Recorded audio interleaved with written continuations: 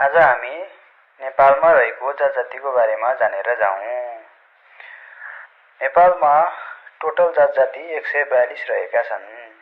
त्यसमा अल्पसंख्यक 115 वटा, 0.5% भन्दा जनसंख्या कम भएकालाई अल्पसंख्यक भनिन्छ, जसमा चाहिँ 115 रहेका छन्।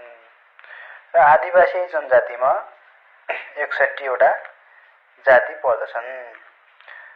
60औं राणा थारू चाहिँ 2076 10 महिना 20 गते। यो के त कहिलेकाहीँ लोकसेवाले सोधिन सक्छ 60औं र 61औं मा के पर्छ भनेर। 60औं मा राणा थारू 2076 10 महिना 20 गते भने 61औं हुम्लु जाति, यो चाहिँ 2081 3 महिना 27 गते, असार 27 गते यसको चाहिँ नामकरण भएको हो।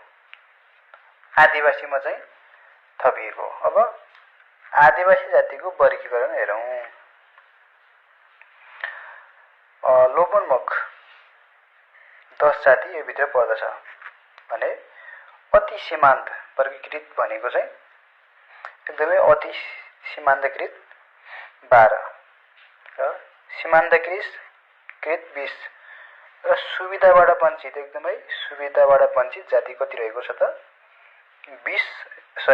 15 रहेको छ। र उन्नत भनेको तपाईको अलिकति हुने खाने या राम्रो जाति 2 रहेको छ, जसमा चाहिँ थकाली र नेवार रहेको छ।